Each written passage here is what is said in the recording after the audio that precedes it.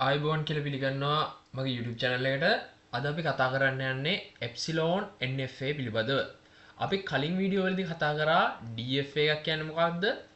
ඊට පස්සේ NFA එකක් කියන්නේ මොකක්ද? දැන් NFA එකක තව තියෙන ෆීචර් එකක් නැත්නම් තව තියෙන ලක්ෂණයක් පදනම් කරගෙන අපි කතා කරනවා NFA එකේ තව මොඩල් එකක් පිළිබඳව මේ Epsilon NFA කියන NFA වර්ගය පිළිබඳව.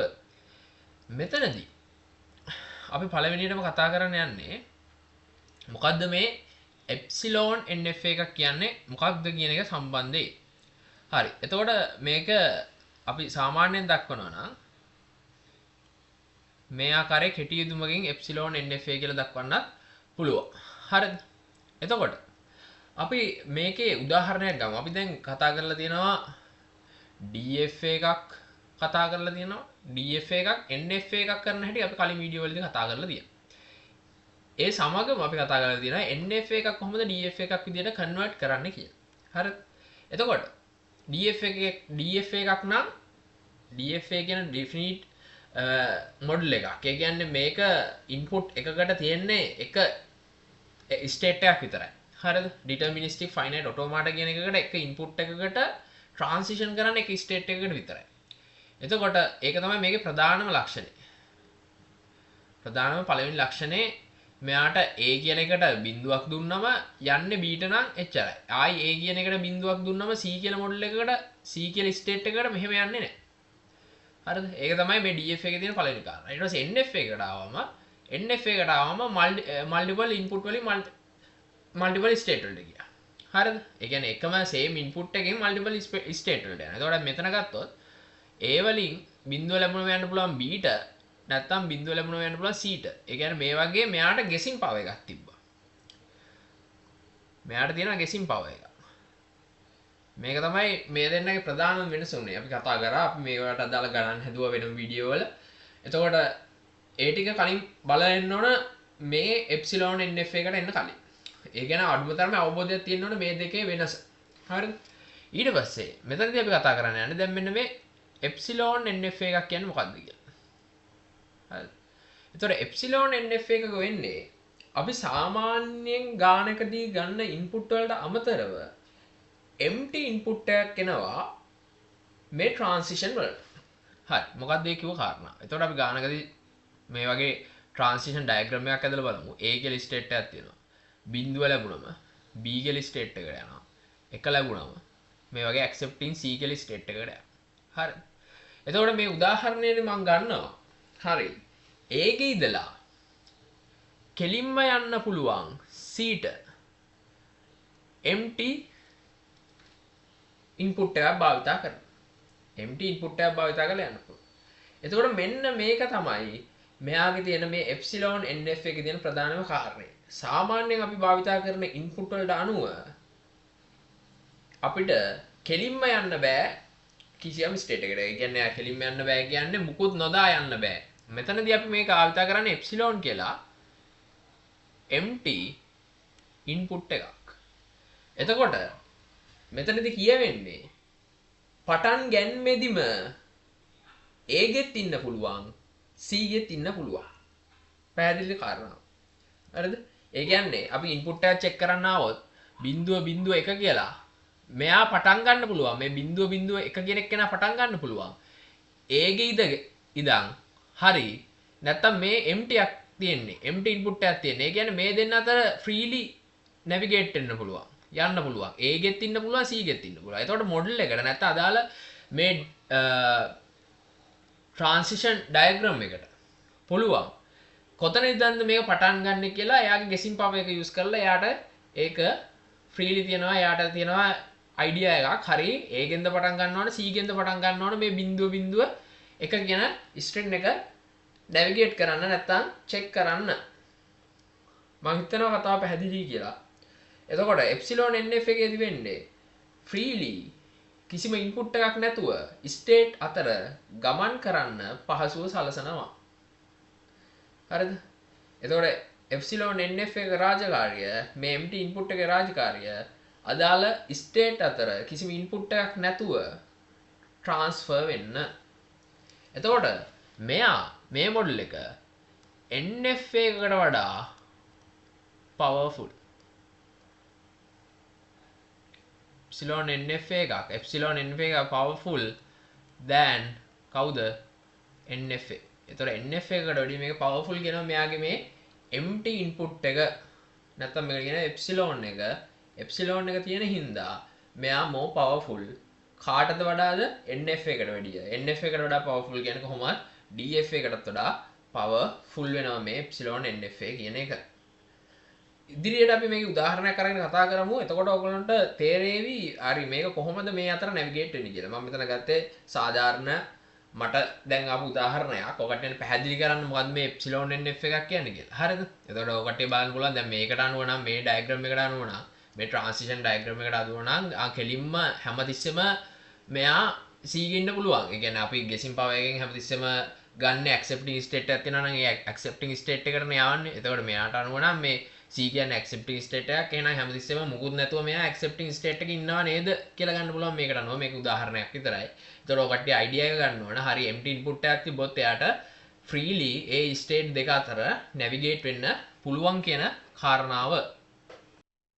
හරි. මෙතනදී දැන් තියෙන්නේ මේ අදාළ අපි ගත්ත උදාහරණයක් ඔයගොල්ලන්ට කියලා දෙන්න පහසුවට මම ගත්ත උදාහරණයක්.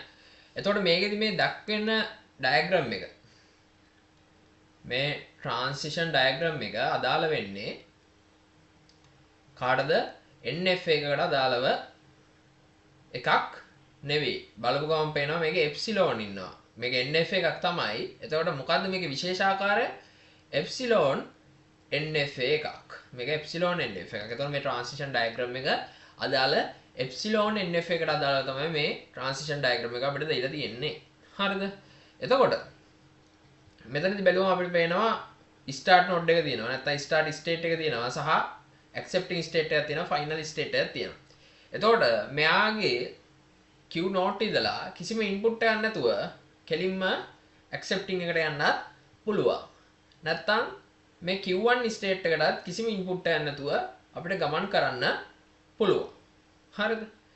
එතකොට freely navigate වෙන්න පුළුවන් state අතර සහ Q1 ගෙන් Q2 ට යන්න අනිවාර්යෙන් B කියන input එක ඕන. Q2 ගෙන් Q1 ට සහ Q3 ට freely navigate වෙන්න පුළුවන් empty use කරලා. empty input use කරලා free navigate වෙන්න පුළුවන් අවස්ථාවක් මෙතන තියෙනවා. හරි. දැන් අපි කතා කරමු මේකට අදාළව transition table එක. දැන් මේකට කොහොමද මේ transition table එක අරගෙන තියෙන්නේ කියලා. හරි. අපි මෙතනදී ගත්තා. මෙතනදී ඔයගලන්ට පේනවා මෙතනදී පොඩි වැරද්දක් තියෙනවා. මෙයා මෙහෙම දෙන්න ඕන transition table එකට අදාළව start එක කවුද කියලා මෙහෙම ඊතලයකින් දෙන්න ඕන. end එක නැත්නම් accepting එක කවුද කියලා මෙහෙම තර ලකුණකින් දෙන්න ඕන. හරි. මේ දෙකත් අපි complete කරා. හරි. දැන් මෙතෙන්ට අපි දන්නවා input A තියෙනවා. A කියලා input එකක් තියෙනවා, B කියලා input එකක් තියෙනවා. තව මේ empty input එක epsilon එකත් අපිට දැන් අලුතෙන් transition table එකට add වෙන්න ඕන. හරි. ඒක විතරයි මෙතනදී මේ අපි දැන් DF එක කතා කරා, ඊට පස්සේ NF එක කතා කරා, දැන් epsilon NF එකට අදාළ මේ අදාළ input එක වැඩි වෙච්ච එක විතරයි උනේ. input එක මොකද්ද වැඩි උනේ? empty input එකක් ආවා. එතකොට මෙයාගේ alphabet එක අපි දෙනවා නම් අපිට දෙන්න පුළුවන් A, B සහ epsilon කියන alphabet එක අපිට නිර්වචනය කරන්න පුළුවන් මේ ගානට අදාළව. හරිද? එතකොට මෙතනදී මේ දක්වලා තියෙන්නේ මෙතනදී Q not A කියලා ලැබුණොත් අපි පේනවා Q not කියන ස්ටේට් එකට A කියලා මුකුත් ලැබෙන්නේ නැහැ.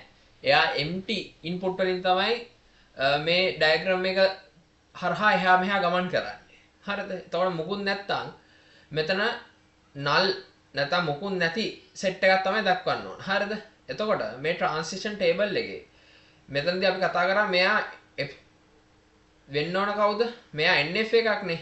epsilon NF එකක් කියන්නේ NF එකක්. එතකොට මේ transition table එකේ මේ state දක්වන්න ඕන sets විදියට මෙතනදී ඒකත් නිවැරදි වෙන්න ඕන.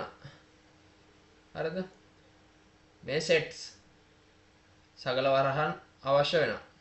හරිද? එතකොට ওই විදිහට sets ටික දක්වන්න පුළුවන්. එතකොට මෙතෙන්ට අයිති වෙන්න ඕන null set එකක් නැත්නම් empty set එකක් නැත්නම් null කියලා කියන්නත් පුළුවන්. ඒකත් ඔයාලගේ අදාළ lecture උගන්වන විදිහට ඔය කට්ටිය ඒක විභාගෙදී සහ අදාළ පරීක්ෂණවලදී යොදා ගන්න. හරිද? එතකොට කොහොම හරි මෙතෙන්ට එන්න ඕන null set එකක් නැත්නම් empty set එකක්. හරිද? set එකක් වෙන්න ඕන. ඇයි මේක ආයෙත් අපි බැලුවම මේක NFA මොඩල් එකක්. එතකොට මේක NFA එකක්. එතකොට non deterministic finite automata එකක්. එතකොට මේක epsilon වුණා කියලා අර NFA එකේ තියෙන ප්‍රධාන ලක්ෂණ මේකෙන් ඉවත් වෙන්නේ නැහැ. හරිද? මේකට අලුතෙන් ඇඩ් උනේ අර empty input එක විතරයි. හරිද? එතකොට මේකට මෙහෙම null කියලා යොදන්න පුළුවන්. මම මෙතනින් වෙනම ලියන්න මේක null set නැත්තම් empty set එකක් වෙනවා. හරිද? එතකොට ඉතුරු transitions වෙන state දක්වන්න පුළුවන් මේ වගේ වරහණක් යොදලා ඒක ඇතුලේ කමා වලින් වෙන් කරලා. හරි. මම හිතනවා කාරණාව පැහැදිලි කියලා. ඊට පස්සේ ඒ විදිහට තමයි epsilon nf එකක transition table එකක් අපි නිරූපණය කරන්නේ. එතකොට මෙතනදී අර epsilon එකට අදාළව අර පරණ විදියමයි epsilon එකට අදාළ q node එක බැලුවා. q node epsilon ලැබුණොත් යන්න පුළුවන් q1 ට. ඒක තමයි මේ q1 කියලා ලියලා දෙන්නේ. එතකොට q node ට i epsilon ලැබුණොත් යන්න පුළුවන් q4 ට. ඒක තමයි මේ q4 කියලා ලියලා තියෙන්නේ. හරිද? එතකොට අපි මෙතන q2 ගෙත් බලමු. q2 ට epsilon ලැබුණොත් යන්න පුළුවන් q1 ට. ඒක තමයි මේ q1 කියලා ලියලා තියෙන්නේ. epsilon ලැබුණොත් යන්න පුළුවන් i q3 ට. ඒක තමයි මේ q3 කියලා ලියලා තියෙන්නේ. මම හිතනවා මෙතන transition table එක පැහැදිලි කියලා.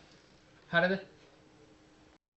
මෙතනදී අපිට තව බලන්න පුළුවන් කාරණාවක් තමයි input ටිකක් දෙන්න. දැන් මෙතන මට check කරන්න දෙනවා මේ string එක.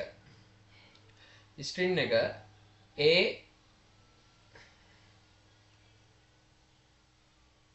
අපි ගමු b කියලා. b a ඔන්න ඔය string එක accept කරනවාද කියලා අපිට හොයන්න තියෙනවා. දැන් මට බලන්න පුළුවන්. හරි. මම q node ගෙන් පටන් ගන්න. q node ගේ start state එකෙන් පටන් ගන්නවා. ඊට පස්සේ යනවා empty එකකට. හරි empty එකකට යනවා. එතකොට මේ b මුකුත් අදාළ වෙන්නේ නැහැ. empty එකකට නිකන් යන්න පුළුවන්. freely යන්න පුළුවන්. හරි. ඔන්න b අදාළ වුණා. b ගෙන් ගියා q2 ට. එහෙනම් මේ පළවෙනි b හරි. ඊට පස්සේ i empty එකකින් යනවා i මේ q1 ට. හරිද? එතකොට මෙතන මේ මැද epsilon මෙහෙම පෙන්වන්න ඕනද? නෑ එහෙම පෙන්වන්න ඕනේ නෑ. මේ empty එකක් කියන්නේ මුකුත් නෑ කියන එකනේ. empty input එකක්. නිදහසේ යන්න පුළුවන්. එතකොට එහෙම හින්දා මෙතන epsilon එකක් පෙන්වන්න ඕනේ නෑ ඔයාට අදාළ string එකේ. හරිද? එතකොට එහෙම පෙන්වීමේ අවශ්‍යතාවයක් නෑ. කෙලින්ම ඔයාට ආයේ හිටපු තැනට යන්න පුළුවන් මේ ගානට අනුව කිසි ප්‍රශ්නයක් නැතුව. ඊට පස්සේ ආයේ b කෙනෙක් ඉන්නවනේ. එතකොට ආයේ යනවා q2 ට. හරි. ප්‍රශ්නයක් නෑ. එතකොට මේ bත් හරි. ඊට පස්සේ මෙතන q2 ඉඳන් යන්න පුළුවන් q3 ට. empty එකක්නේ. එතකොට q2 ගේ ඉදියත් එකයි q3 ට එළිම යන්න පුළුවන්. ඊට පස්සේ q3 ගේ a වලින් යන්න පුළුවන් අපිට accepting state එකට q4. ඒ කියන්නේ මේ string එක accept කරනවා. හරිද? මම හිතනවා ඒක පැහැදිලි ඇති කියලා. එතකොට අපිට තව එකක් try කරන්න පුළුවන්. ba කියන එක මේක මේ string එක අපි ගමු string එක ba කියලා මෙයා accept වෙනවාද කියලා. එතකොට empty එකකින් මෙයාට යනවා. එතකොට empty එක මේ string එකේ දක්වන්න ඕනේ නැහැ. ඊට පස්සේ q1 ගෙන් q2 ට යනවා b කියලා යොදලා හරි b ඉවරයි. ඊට පස්සේ ආයි empty එකකින් යනවා q3 ට ඒක දක්වන්න ඕනේ නැහැ. මෙතන empty එක string එක අපි දක්වන්නේ නැහැ. ඊට පස්සේ q3 ගෙන් යනවා q4 ට ඒ කියන්නේ accepting state එකට. එහෙනම් ba කියන එකත් accept වෙනවා. හරි. මම හිතනවා දැන් ඔයාලට මේකේ idea එකක් තියෙනවා කියලා මේ epsilon nf එක string එකක් දුන්නාම ඒක accept කරනවද accept කරන්නේ නැද්ද කියලා තෝරගන්න පුළුවන් හැකියාවක් තියෙනවා කියලා මම හිතනවා. ඊට අදාළව transition diagram එකත් ඔය කට්ටියන්ට නිර්මාණය කරගන්න පුළුවන් වෙන්න ඕන. හරි. ඊළඟට මම කතා කරන්න යන්නේ මේකේ තවත් එක concept එකක් පිළිබඳව. මේකට කියනවා closure of state කියලා. හරිද? එතකොට මේකෙදි වෙන්නේ අපි ස්ටේට් එකකට අදාළව මේක දැන් අදාළ වෙන්නේ මේ concept එක අදාළ වෙන්නේ ස්ටේට් එකකට අදාළව. එතකොට ඒ කට්ටිය අහනවා මේ ස්ටේට් එකට අදාළව closure එක මොකක්ද කියලා. එතකොට ඒ කට්ටිය අහුවම closure of state අපි දක්වන්නේ CL කියලා. එතකොට ඊට අදාළව A කියන ස්ටේට් එකේ closure එක ගන්න කියලා දෙනවා. හරිද? දැන් මම මේ ගානටම අදාළව ලියන්න. මේකේ A කියලා ස්ටේට් එකක් නැහැ. අපිට Q note කියලා දෙනවා. එතකොට Q note අදාළව closure එක ලියන්න කියලා කියනවා. එතකොට මේක state ටිකක් නේ අපිට ලියන්න තියෙන්නේ. මේ state එකට අදාළව ලියන්න තියෙනවා ස්ටේට් එක. මොකක්ද ඒතකොට කන්ඩිෂන් එක? එතකොට මේ ක්ලෝෂර් එකක් කියලා කියන්නේ මේ එක ස්ටේට් එකක් ගත්තොත් මේ ස්ටේට් එකෙන් empty input භාවිතා කරලා යන්න පුළුවන් ඔක්කොම ස්ටේට් ටික අපි සෙට් එකක් විදිහට ලියනවා නම් අන්න ඒකට කියනවා closure of state කියලා. ඒ කියන්නේ Q නෝට් අදාළව නම් අපිට empty එකක් භාවිතා කරලා Q1 ට යන්න පුළුවන්. empty එකක් භාවිතා කරලා Q4 ට යන්න පුළුවන්. එහෙනම් මීට අදාළ වෙන්නේ Q1 Q4 සහ මේ closure of state වල ප්‍රධාන දෙයක් තියෙනවා. closure state එක closure එකක් ලියනවා නම් එම්ම තමන්ගේ ස්ටේට් එකත් මෙන්න මේ ක්ලෝෂර් එකේ සෙට් එකට ලියන්න ඕන අනිවාර්යෙන්ම. මම හිතනවා පැහැදිලි කියලා. ඒ කියන්නේ ක්ලෝෂර් එකක් ලියනවා නම් ඒකේ කන්ඩිෂන් එක වෙන්නේ හරි Q නෝට් ගේ ක්ලෝෂර් එක ලියන්න කිව්වොත් Q නෝට් ගෙන් empty state නැත්නම් empty input empty input භාවිතා කරලා අපිට යන්න පුළුවන් ඔක්කොම ස්ටේට් එක ලියන්න ඕන. හරි. Q1 ට යන්න පුළුවන් Q4 ට යන්න පුළුවන්. ඊට අමතරව තමන්ගේ ස්ටේට් එක ලියන්නත් ඕන. හරිද? එහෙනම් අපි දැන් මේ ක්ලෝෂර් එක ලියමු බලන්න Q2 ට. ඔකට වීඩියෝ එක පෝස් කරලා ලියලා බලන්න හරියට concept එක ඔලුවට ගිහිල්ලාද කියලා. එතකොට මෙතනදී අපිට ලියන්න පුළුවන් හරි Q2 ලියන්න ඕන අනිවාර්යෙන්. ඒ කියන්නේ තමන්ගේ ස්ටේට් එක අනිවාර්යෙන් ලියන්න ඕන. එතකොට මීට අදාළව යන්න පුළුවන් Q3 ට යන්න පුළුවන්. empty එකක් භාවිත කරලා සහ Q1 ට යන්න පුළුවන්. එහෙනම් මීට අදාළව Q3 Q1 මේක තමයි Q2 ගේ ක්ලෝෂර් එක. හරි. මෙතනට අදාළව එතකොට එප්සිලෝන් NF එකකට අදාළව තියරි ටික අපි සාකච්ඡා කරලා ඉවරයි. එතකොට ඊළඟට එප්සිලෝන් NF එකට අදාළව ගැටලු සම්බන්ධයෙන් කතා කරන්න. එතකොට මෙතනදී ඔයගොල්ලන්ට මොකක් හරි වැටහෙන්නේ නැති දෙයක් තිබ්බනම් නැත්නම් ගැටලුවක් තියෙනවා නම් පල්ලෙහ කමෙන්ට් කරන්න. වීඩියෝ එක හොඳයි නම් ලයික් කරන්න, සබ්ස්ක්‍රයිබ් කරන්න. අපි ඊළඟ වීඩියෝ එකෙන් හම්බෙමු.